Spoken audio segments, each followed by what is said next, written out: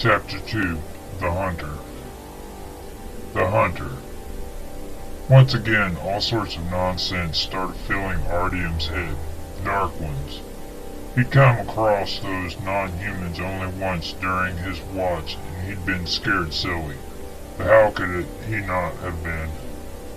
So you're sitting there on watch, you're warming yourself by the fire, and suddenly you hear it. From the tunnel, from somewhere in the depths, a regular, dull knocking rings out. First, in the distance, quietly, and then ever closer and ever louder. And suddenly, your ears are struck by a horrible graveyard howl, and it's coming closer, and then complete mayhem. Everyone jumps up. They heap the sandbags and crates on which they'd been sitting into a barrier, quickly, so that there'd be something to hide behind. And the most senior among them shouts with all his might at the top of his lungs, "Alert!"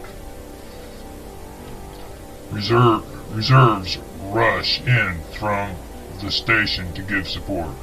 All the 300th meter where the main blow will have been absorbed. They pull the cover from the machine gun, and people throw themselves to the ground behind the sandbags, directing their guns at the mouth of the tunnel, taking aim.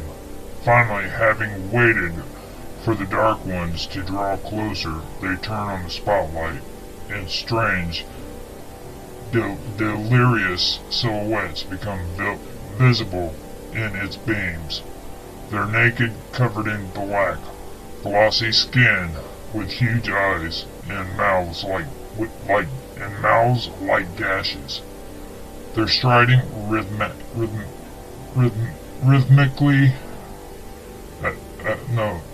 They're striding rhythmically ahead, towards the fortifications, towards death, with reckless abandon, without wavering, closer and closer. There are 3, 5, 8 beasts, and then the first among them suddenly throws back its head and emits a howl like a requiem. You feel a shiver among your skin. You resist the urge to jump up and run, to toss your gun aside, to abandon your comrades, to throw everything to the devil and run.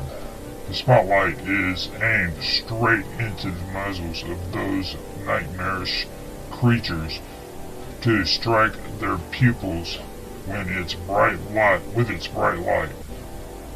But it's obvious that they're not even squinting. They're not throwing up their hands, but they are looking into the spotlight with eyes wide open and continuing to move steadily onward. Do they even have pupils? And now, finally, the guys run up from the 300th meter with more machine guns. They lie down alongside comrades, fly overhead. They lie down alongside. Commands fly overhead. Everything's ready. The long-awaited fire thunders. At once, several guns begin to rattle, and the big machine gun rumbles, but the Dark Ones don't stop. They don't crouch.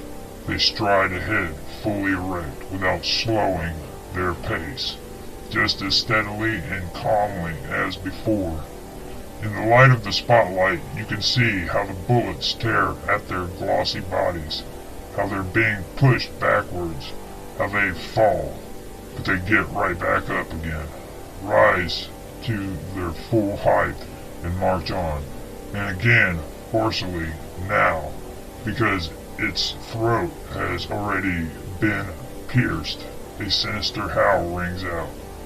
Several minutes more will pass as the still tempest finally breaks its inhuman, unthinking obstinacy.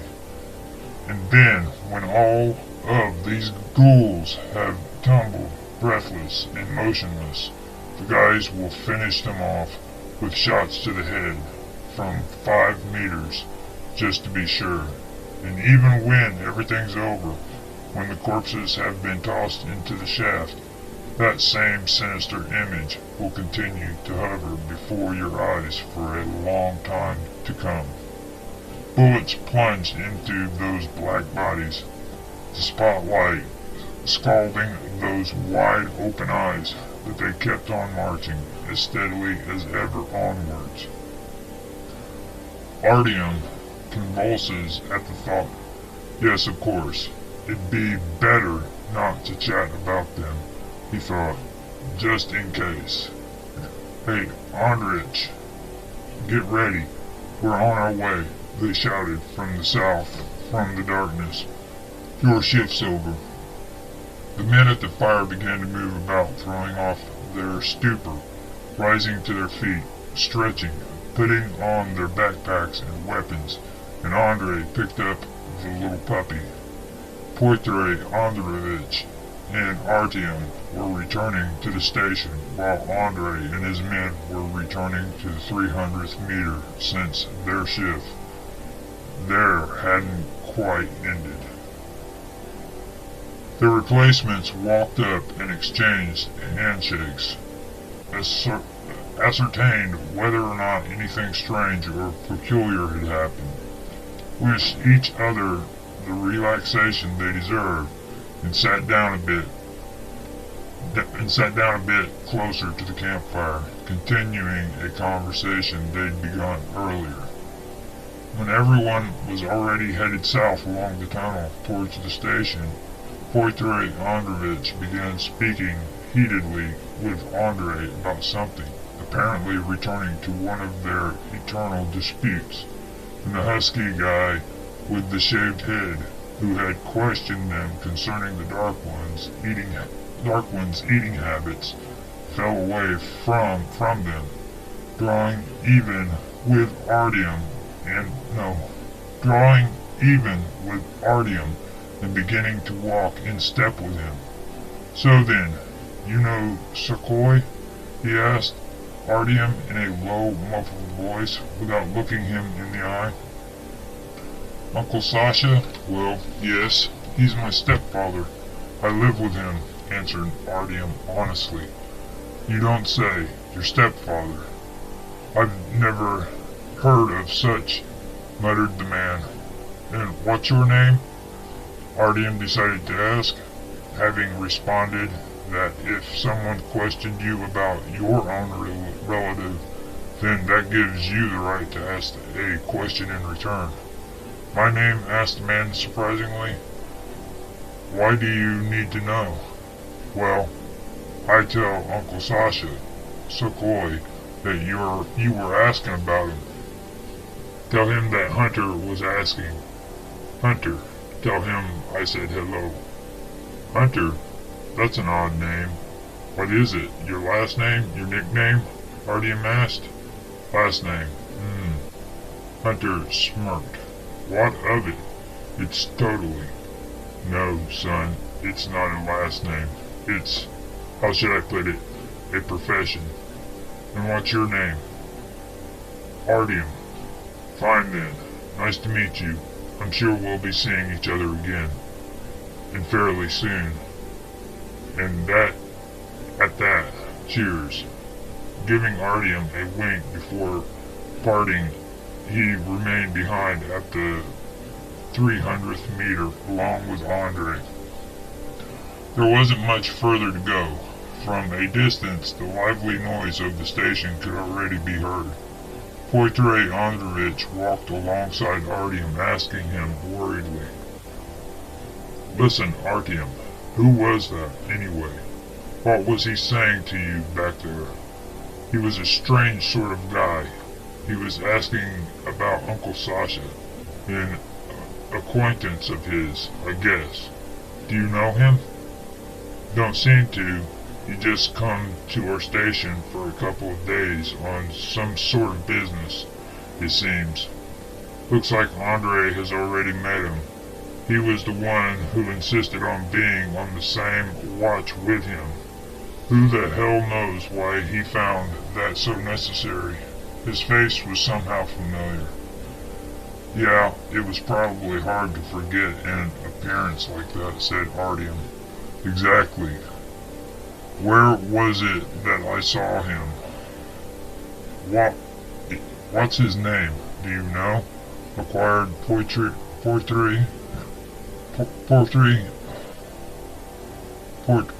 Androvich? Hunter, that was it. That's what he said, Hunter. Just try and figure out what that's supposed to be. Hunter, not a Russian name. Frowned Porthree Androvich. In the distance, a red glow had already appeared. VDNKH, like the majority of stations, didn't have normal lighting, and for 30 years now, people have lived under scarlet emergency lights. Only occasionally were there normal electric light bulbs in their apartments, their tents and rooms, and only a few of the wealthiest metro stations were illuminated by the light of genuine mercury lamps. Legends had formed around them, and provincial types from distant, god-forsaken substations would nourish the dream for years on end of making it there and beholding this miracle. At the tunnel exit, they handed over their weapons to the other guards and signed their names in the ledger. Porthree Androvich shook Artyom's hand before parting and said, "It's about time we hit the sack. I can barely stand on my feet, and you're probably ready to sleep, standing up yourself. Give Sukhoi my warmest regards. He said he should pay me a visit." Artyom said goodbye, and feeling the sudden onset of fatigue, took himself off to his apartment. 200 people lived at VDNKH, some in the service quarters, but the majority in tents on the platform. The tents were Army issued, now old, tattered, but still intact. They didn't have to contend with wind or rain underground, and they were well maintained, so it was easily possible to live in them. They didn't lose heat or light, and they even kept out the noise. What more could one ask of one's housing? The tents were tucked up against the wall on either side, both along the tracks and in the central hall. The platform had been turned into something resembling a street. There was a fairly wide passage along its middle. Some of the tents were large, housing the more numerous families, and they occupied the space beneath the archways. But several arches remained free for passage. At each end of the hall, and at its center, there were other accommodations below the platform as well, but the ceilings there wasn't very high, and they weren't very suitable for habitation. They used them at VDNKH for the storage of provisions. The two northern tunnels were joined by a side tunnel several tens of meters beyond the station, which once upon a time allowed trains to turn around and head back in the other direction. Now one of these tunnels were plugged in, the other led to the north towards the botanical garden and almost to Matishi. They left it as a retreat route in case of extreme circumstances, and it was there that Artyom had been on watch. The remaining segment of the second tunnel and the unified stretch between the two tunnels was designated for mushroom plantations. The rails there had been dismantled, and the ground had been tilled and fertilized. They hauled waste products there from the cesspit. Tidy rows of mushroom caps shone white along the tunnel. One of the two southern tunnels had been collapsed as well as the 300th meter. At the 300th meter, and they used that area for chicken coops and pig pens. Artyom's home stood on the main thoroughfare. He lived there in one of the smaller tents together with his stepfather. His stepfather was an important man associated with the administration. He maintained contact with other stations, so the power that be reserved the tent for him. It was granted to him as his own personal tent, and it was a first-rate one at that. His stepfather would frequently disappear for 2 or 3 weeks at a time, and never took Artyom with him, excusing himself by saying that he was occupied with matters too dangerous and didn't want to subject Artyom to any risk. He'd return from his trips thinner, his hair unkempt, sometimes wounded, but the first evening of his return he would always sit with Artyom, telling him things that were hard to believe even for a resident of the grotesque little world, and one who was used to unbelievable stories. Artyom felt the urge to travel himself, but to wander around in the metro for no good reason was too dangerous. The patrol guards at independent stations were very suspicious and wouldn't let a person pass without a weapon, and heading off into the tunnels without a weapon meant certain death. And so, even since he and his grandfather had come from Sevelovskaya, Artyom hadn't had a chance to take part in any decent excursions. He'd sometimes be sent to Alexeyevskaya on business, but he didn't go alone, of course. They went in group, sometimes as far as Rizskaya, but on top of that, he had one more trip under his belt, about which he couldn't tell anyone, although he desperately wanted to.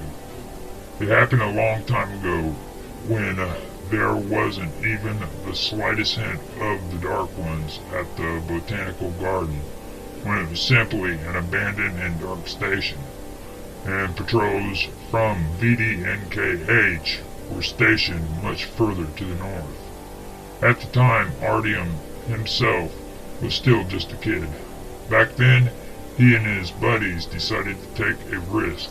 During a shift change, they stole past the outer cordon of the flashlights and a double-barreled rifle stolen from someone's parents, and crawled for a long time around the Botanical Garden station.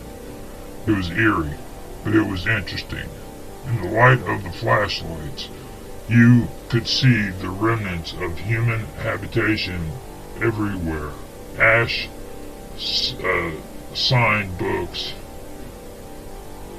singed books, broken toys, torn clothing. Rats darted about, and from time to time strange tumbling sounds would ring out from the northern tunnel. One of Artyom's friends, he didn't even remember who it was, but it was probably Xenia, the most lively and most curious of the three, said, "What if we try to take down the barrier and go up to the surface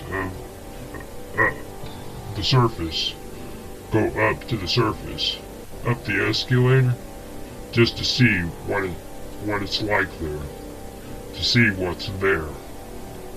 Artyom had said right away that he was against it. The recent tales his stepfather told him about people who had spent time on the surface were fresh in his mind. about how afterwards they had long been sick, and about the sort of horrors sometimes seen up there. But they immediately began to argue that this was a rare opportunity. When else would they manage to make it with no adults to an abandoned station as they had now? And now they had the chance to go up to the surface too and see with their own eyes what it's like to have nothing above your head. And resigning all hope of convincing him nicely, they declared that if he was such a coward, then he could sit down below and wait for them to come back. The thought of staying alone in an abandoned station, and on top of that, besmirching his reputation in the eyes of his two best friends, was completely unbearable to Artyom. So, summoning his courage, he consented.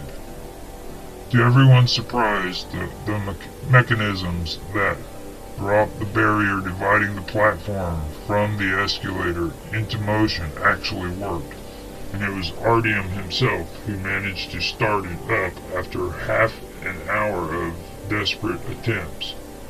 The rusty iron wall moved slowly with a nasty grating sound, and before their eyes stood the short row of steps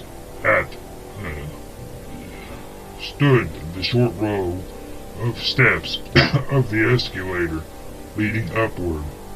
Some of the steps had collapsed, and through the yawning gaps in the light of the flashlights, one could see colossal gears that had stopped years ago, corroded with rust, grown over with something brownish that was moving just barely noticeably. It wasn't easy for them to force themselves to go up there.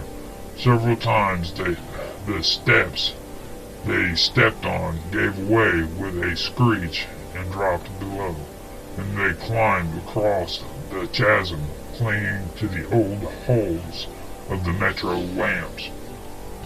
The path to the surface wasn't long, but their initial determination was evaporating after the first collapsed step, and in order to raise their spirits, they imagined themselves to be real stalkers. Stalkers, the word strange and foreign to the Russian language, had caught on very well nonetheless.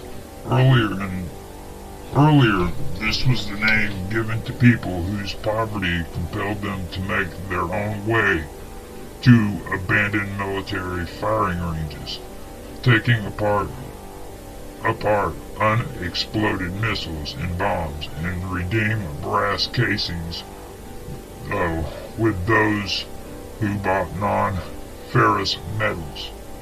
It was also given to those strange people who, in times of peace, climbed around in the sewers. But all of these meanings had something in common. It was always an extremely dangerous profession, always a confrontation with the unknown and mysterious and ominous. Who knows what happened to those abandoned ranges where the radioactive earth disfigured for thousands of explosions, plugged with trenches and pitted with catacombs, put forth monstrous sprouts. And one could only guess what might dwell in the sewers of a teeming metropolis once the builders had closed the hatches behind them, leaving those gloomy, narrow, reeking corridors forever. In the metro, the rare daredevils who had the guts to venture to the surface were called stalkers, and in protective suits and gas masks with tinted glass They were heavily armed as they ascended to the surface in search of items that were necessities for everyone: military supplies, equipment, replacement parts, fuel. There were hundreds of men who dared to do this. Those who were able to make it back alive could be counted on one's fingers, and these men were worth their weight in gold. They were valued even more highly than former Metro employees. All kinds of dangers awaited those who dared to go up above, from the radiation to the ghoulish creatures it had created. There was life there, too, on the surface, but it was no longer life according to the customary human conceptions of it. Every stalker became a living legend, a demigod, whom everyone, young and old, regarded with rapt amazement. In a world in which there was nowhere left to sell or fly, and the words pilot and sailor were becoming dull and losing their meaning, children dreamed of becoming stalkers, to stride out, clothed in shining armor, accompanied by hundreds of gazes in adoration and gratitude, climbing to the surface, to the realm of the gods, to do battle with monsters and returning underground, to bring the people fuel, military supplies, light and fire, to bring life. Artyom, his friend Zanya, and Vitalik, the Splinter, all wanted to become stalkers, and compelling themselves to climb upward along the horrifying screeching escalator when, with its collapsing steps, they imagined themselves in protective suits with radiation damage monitors and hawking machine guns at the ready, just as one would expect of real stalkers. But they had neither radiation monitors nor protection, and instead of imposing Army-issue machine guns, they had only the ancient double-barreled rifle, which perhaps didn't even shoot at all. Before long, their ascent was complete, and they found themselves almost on the surface. Fortunately, it was night, otherwise they would have been blinded. Eyes accustomed to darkness and to the crimson light of bonfires and emergency lamps in their many years of life underground wouldn't have withstood the glare. Blinded and helpless, they would have been unlikely to make it back home again. In vestibule of the Botanical Garden Station was almost destroyed. No, the vestibule of the Botanical Garden Station was almost destroyed. Half of the roof had collapsed, and though one could see, and through it one could see the radioactive dust of the dark blue summer sky, already cleansed of clouds and strewn with myriad stars. But what was a starry sky for a child who wasn't even capable of imagining that a ceiling might not be above his head? When you lift your gaze and it doesn't run up against concrete covering the rotten networks of wires and pipes, but is lost instead to a dark blue abyss gaping suddenly above your head, what an impression! And the stars. Could anyone who had never seen stars possibly imagine what infinity is, when, most likely, the very concept of infinity first appeared among humans inspired, once upon a time, by the nocturnal vaults of the heavens? Millions of shining lights, silver nails driven into the dome of dark blue velvet. The boys stood for 3, 5, then 10 minutes, unable to utter a word. They wouldn't even have moved, and by morning would certainly have been cooked alive, if they hadn't heard a blood-curdling howl ring out nearby. Coming to their senses, they rushed headlong back to the escalator and raced down it as fast as their legs could carry them.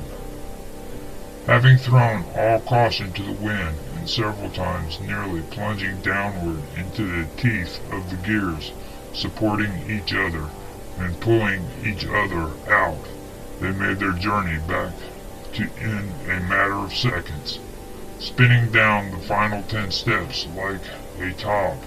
Having lost the double-barreled rifle along the way, they immediately lunged for the control panel of the barrier.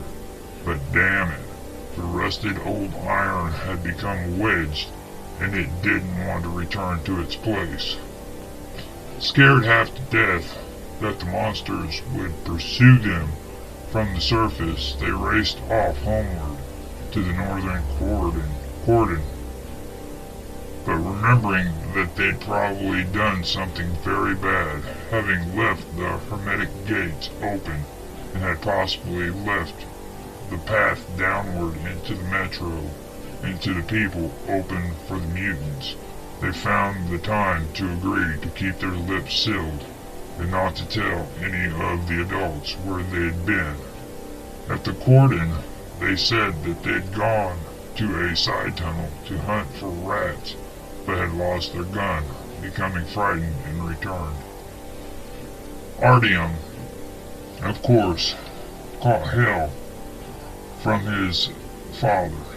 His rear end smarted for a long time from that officer's belt, but Artyom held up like a captive partisan and didn't blurt out his military secrets. His comrades kept silent as well. Everyone believed him, but now, when he thought of his escapade, Artyom fell more and more often into reflection. Was this journey, and more important, the barrier they'd opened, connected somehow to the scum that had been assaulting their cordons for the last several years? Greeting passers-by, stopping now and then to hear some news, to shake hands with a friend, to land a kiss on the cheek of a familiar girl, to tell the older generations about his stepfather's dealings. Artyom finally reached his home. Nobody was there, and he decided not to wait for his stepfather, but to go to bed. An 8-hour watch was enough to take anyone off their feet. He threw off his boots, took off his jacket, and planted his face in the pillow. Sleep didn't make him wait. The flaps of the tents were lifted, and the massive figure slipped quietly inside, whose face couldn't be seen. The only thing visible was the ominous gleam of a smooth skull reflecting the red emergency lights. A muffled voice was heard. "We meet again. Your stepfather, I see, is not here. Doesn't matter. We'll find him. Sooner or later. He won't get away. For now, you'll come with me. We have something to talk about. For example, the barrier at the botanical garden." Artyom froze, recognized the guy he had met in the cordon earlier, the man who had introduced himself as Hunter. The man came closer, slowly, silently, and his face was still not visible. For some reason, the light was falling in a strange way. Artyom wanted to call for help, but a powerful hand had, as cold as death, clamped onto his mouth. At last, he managed to grab hold of a lantern, turn it on, and light up the person's face. What he saw rendered him powerless for a moment and filled him with horror. What loomed in front of him was not a human face, but a terrible black muzzle with two huge, vacant, and whiteless eyes and gaping maw. Artyom darted and threw himself out of the tent. The light suddenly went out and the station became totally dark. There was only some weak reflected light from a small fire somewhere in the distance. Without pausing for thought, Artyom rushed in that direction towards the light. The ghoul jumped towards him and from behind, growling, "Stop! You have nowhere to run." He roared with terrifying laughter, which slowly became a familiar graveyard howl. Artyom ran off without turning to look, hearing the footfalls of heavy boots behind him, unhurried, even as if his pursuer knew that there was nowhere to run, that Artyom would be caught sooner or later. Artyom ran up to the fire and saw a figure sitting there with its back to him. He was going to tap the sitting person on the shoulder and ask for help, but the person suddenly fell backwards, as it was clear that he had been dead a long time. His face was covered with a hoarfrost for some reason, and in the face of this frozen person, Artyom recognized Uncle Sasha, his stepfather. "Hey Artyom, that was a good sleep. Now get up. You've been snoozing for 7 hours in a row already. Get up, sleepyhead. We have guests coming." Suka's voice rang out. Artyom sat up in bed and stared at him, stunned. "Oh, Uncle Sash, you. Is everything okay with you?" he asked at last, after a minute of blinking. It was hard for him to overcome the urge to ask him if he was alive or not, and that was only because the fact of it was standing, and that was also only because the fact of it was standing in front of him. "Yes, as you can see. Come on, get up. No point lying about. I want to introduce you to my friend," said Sukai. There was a familiar but muffled voice nearby, and Artyom was covered in perspiration, remembering his recent nightmare. "So you've met already?" Sukai was surprised. "Well, Artyom, you're sharp." Finally, the visitor squeezed into the tent. Artyom shuddered and pressed against the tent wall. It was Hunter. The nightmare came alive again. Dark vacant eyes, the roar of heavy boots behind him, the stiff corpse sitting at the fire. "Yes, we met," Artyom managed to squeeze out his reply, and reluctantly extended a hand to the visitor. Hunter's hand was hot and dry, and Artyom slowly started to convince himself that it was just a dream, that there was nothing sinister about this person, that it was just his imagination ignited with fear after 8 hours at the cordon and playing out in his dreams. After 8 hours at the cordon playing out in his dreams. "Listen, Artyom, do us a favor. Boil some water for tea. Have you tried our tea?" Sukai winked at the visitor. "A poisonous potion." "I know it," Hunter responded, nodding. "Good tea. They make it at Pichetniki, too, pig swill. But here it is a different matter." Artyom went to get the water, then to the communal fire to boil the kettle. It was strictly forbidden to make fires inside tents. A couple of stations had burnt down due to tent fires before now.